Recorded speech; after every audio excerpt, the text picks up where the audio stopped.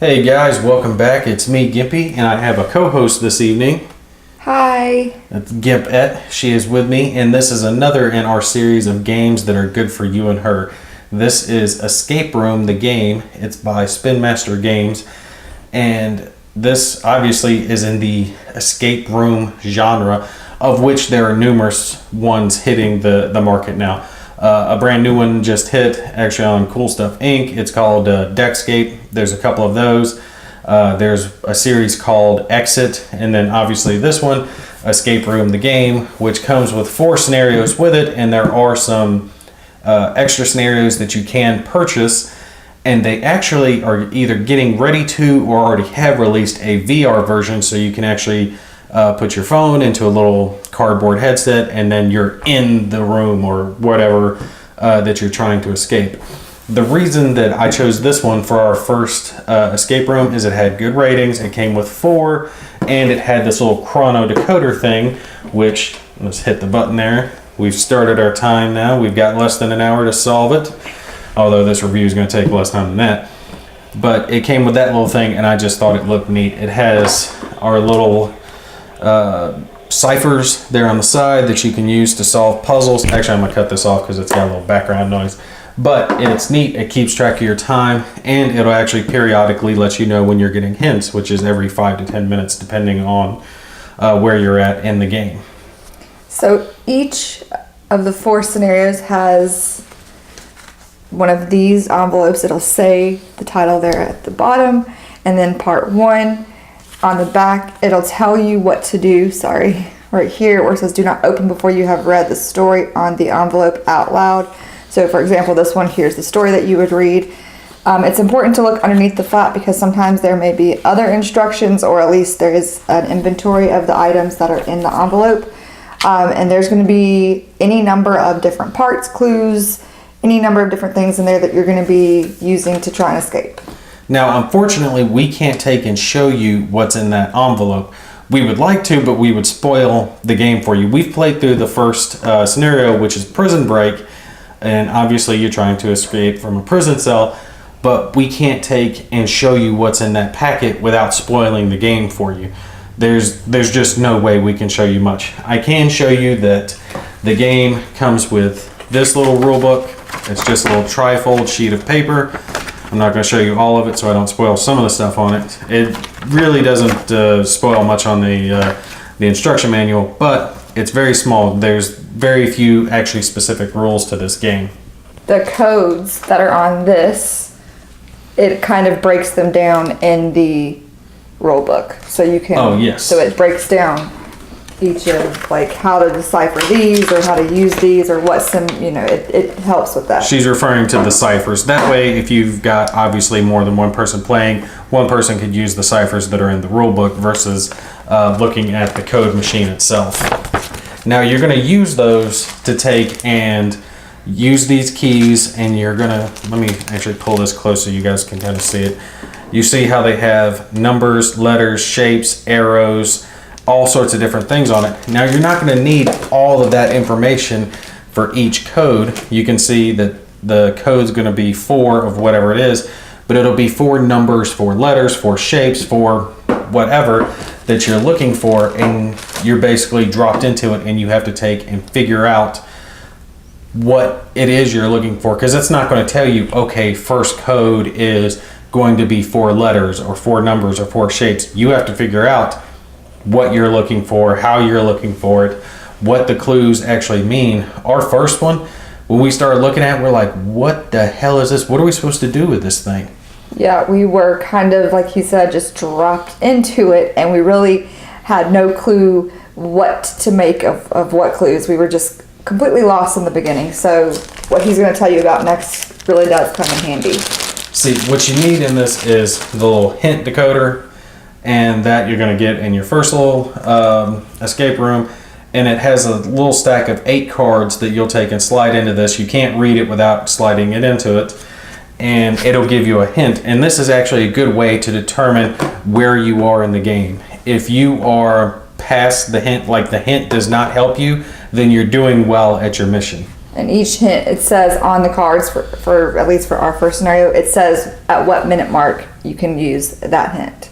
Exactly. So if it's at 5 minutes and you've already figured out what that hint's telling you, then you're on point. You're doing better than you should be doing. But if you're looking at your 20-minute mark hint and that's helping you out big time, then you're behind the bell curve and you need to pick it up a little bit. Honestly, I wish we could show you more. I wish I could dive into what the first thing's about and how we figured it out. Actually, our first time playing through, I actually screwed up one of the ciphers and I was reading it backwards and we couldn't figure it out and we wasted 10 minutes on it. We were getting so frustrated with each other. No, I said I screwed it up. Oh, sorry. I'm just giving him a hard time. I screwed it up. She is correct. I screwed it up. And she was telling me she's like, are you reading that right? Are you sure it's not the other way? And I was like, no, it's not. You're bad at math. And she was yelling at me. We were yelling at each other and we were getting so excited. And then I was like, honey, I was reading this thing backwards. And she's like, I told you so. We figured it out. And we were actually 10 minutes behind the curve on that one. And we jumped on it and we finished the first one, Prison Break, with about 4 minutes left in the match, in the game. And you said that you could play this as a single player, but I think it definitely is better with at least 2 or more because we each brought different strengths to it. I noticed certain things on clues or in areas that he didn't notice and vice versa. So it is nice to have multiple people to have different points of view and different outlooks on it. Yeah, I mean, she really does bring a different set of skills to the game than I'm going to bring to it. And she is right. You can play it by yourself if you want to, but this really isn't that. You really want to have that excitement to share with people. It does say 3 to 5 on the game box. I don't think this is a 3 to 5. This is a 2 to 5 or 2 to actually however many want to play the game with you. There's really no limit to escaping the room. It's however many people you can pack in the room, really. But it's very fun with 2 people. We had a great time with it, didn't you? Yeah, it was a lot of fun. At the beginning, it was a little bit of a slower start, I guess, because, again, it doesn't really give you a ton of direction. At least the one that we've played through, it was a little bit of a slower start. Without giving anything away, we kind of were just dropped into it and just had to start looking for anything we could make out of anything. But once we got the first set of clues figured out and we started to kind of see where this was going, it started to get more intense and it was a little more exciting and we felt the pressure because the clock was ticking down and the background noise that he was talking about makes it really feel like you're in there, and it's a really intense, exciting game once you really get it going, but it may be a bit of a slow start. She is right, and it's not that the game's slow or not exciting, it's the fact that it doesn't hold your hand and walk you through it. It literally just puts you in the room, you have these clues, and it says figure it out. It doesn't tell you how to figure it out, why to figure it out, or anything like that.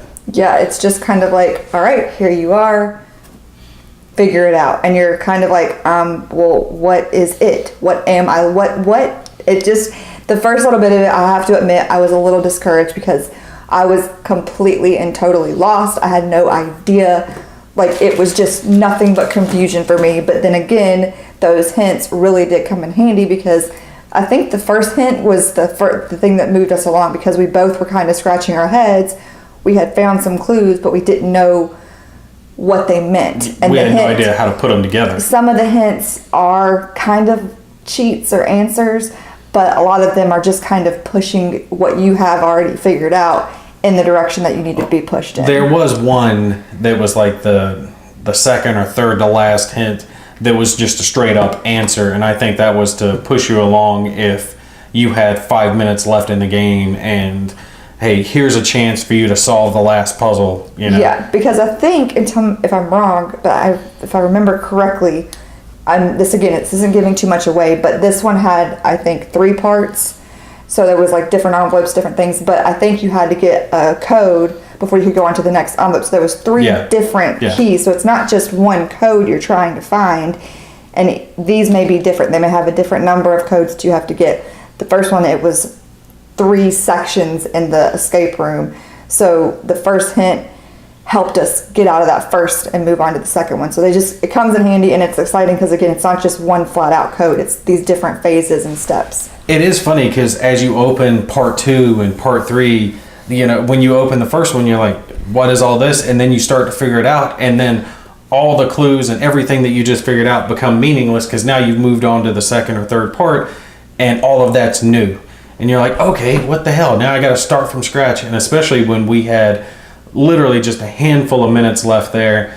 And when we realized that I had looked at the code wrong and I had fixed it and we got through to that last part and we had just a few minutes left, it really was exciting. I mean, it came down to a nail biter there at the last. This one is neat because it does come, you can get an app for it, and they have the neat little thing that you can take your picture and put it up in their app with, that you succeeded and how many minutes you had left, things of that nature. But I will say, absolutely, we both had a blast with this. We are definitely going to play through the rest of these scenarios.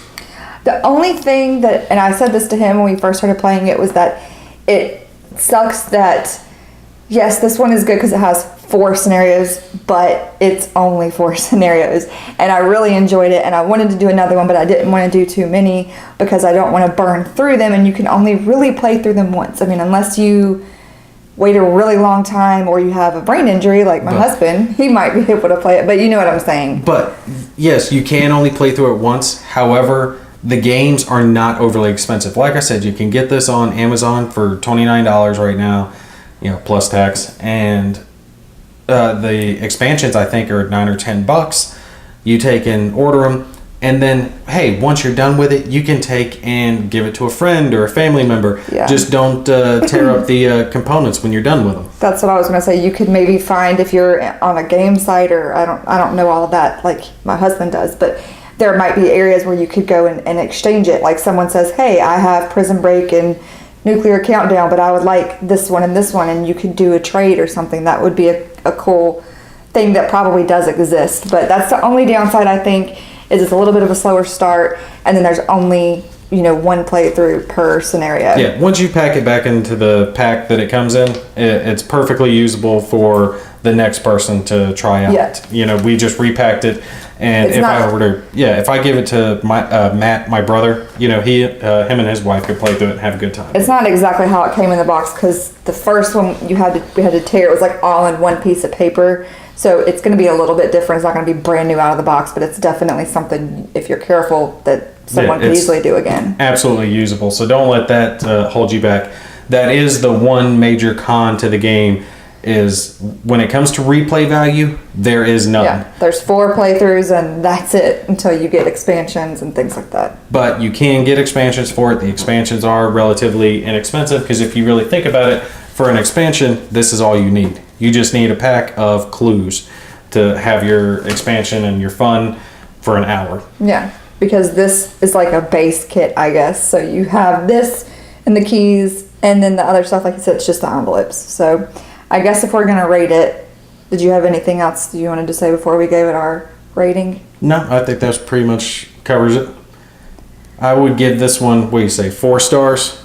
Yeah, 4. The only thing that keeps me from giving it a 5 is that there's no replay, and it is a little bit confusing and frustrating, and if you're not very patient, you may not like this, just because it takes a little bit to start to get a direction, a sense of what you're trying to figure out. Hey, look, there's absolutely worse ways you could take and kill an hour.